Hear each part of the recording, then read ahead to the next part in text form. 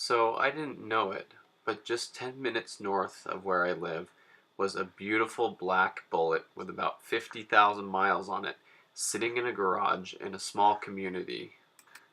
The car belonged to an older gentleman who purchased it from the northern area of the state, and he owned it and took very good care of it.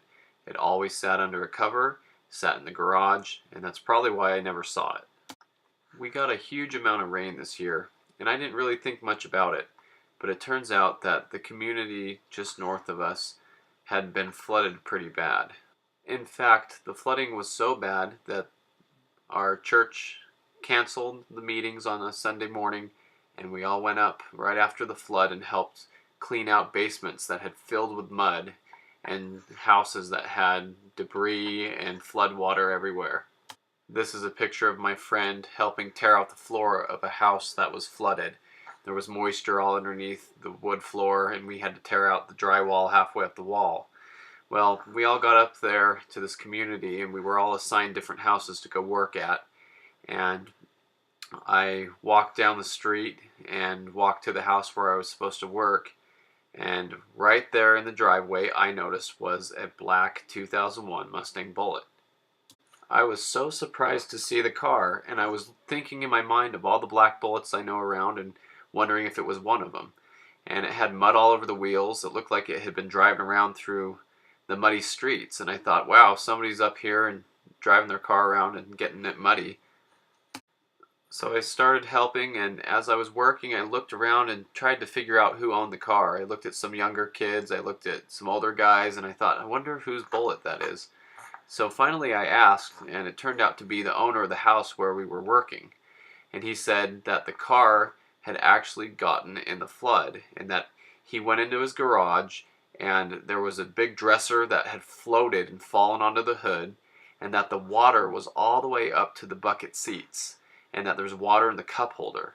I couldn't believe it. The car looked just fine.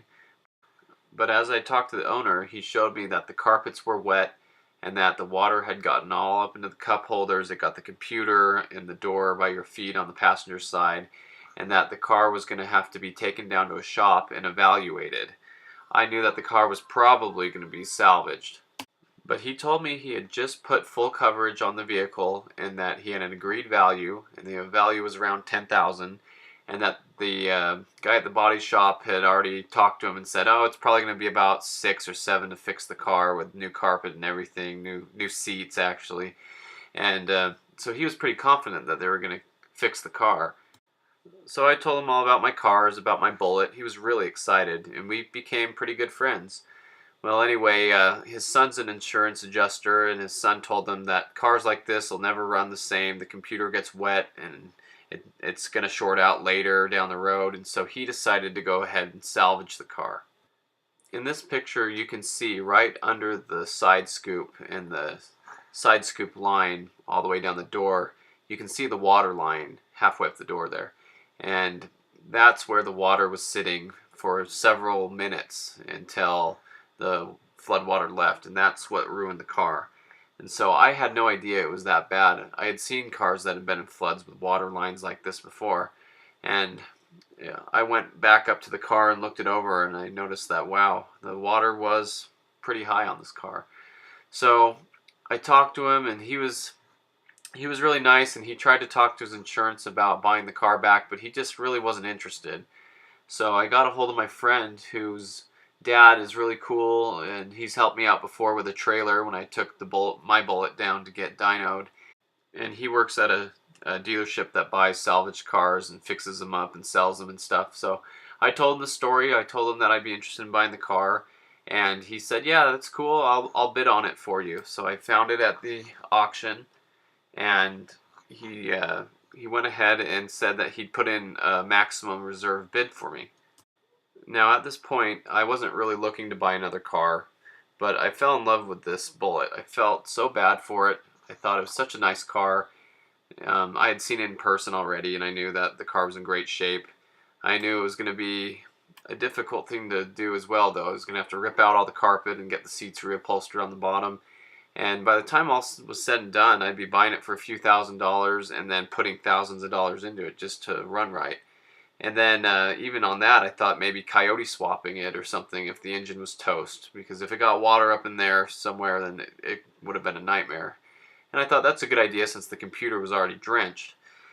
So I gave my friend's dad a maximum reserve bid of about $3,500, and that should have been enough to buy the car. And I was surprised the bidding went up, and I was watching it on my phone in real time, and it got up to about 2,000, and then went up to 2,500, but it ended just right under 3,000. So I texted my friend and said, "Hey, did we get the car? Because it went for less than what I had the max bid for." And he got back to me and said that it didn't go through.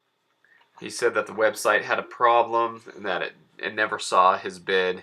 So I felt pretty bad. I was really excited to get this car and see what I could do with it. I had no idea really what was going to be in store for it, but I did want to save the car, and it was a beautiful car when I saw it in person. So it's unfortunate. It's kind of a short story, but it's a car that I tried to buy. I did everything in my power, so I can't feel bad about it now because I did what I could, and I don't know what happened to the car. I'm sure it probably got parted out, or maybe somebody fixed it. Only time will tell.